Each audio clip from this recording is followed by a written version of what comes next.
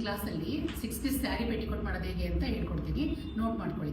ಇವನ್ನ ತೊಗೊಂಬಂದಾಗ 2 ಮೀಟರ್ ಇರುತ್ತೆ. 2 ಮೀಟರ್ ಹೀಗೆ ಇರಬೇಕು, ಹೀಗೆ ಫೋಲ್ಡ್ ಮಾಡಿ ಈ ಥರ ಇಟ್ಕೋಬೇಕು.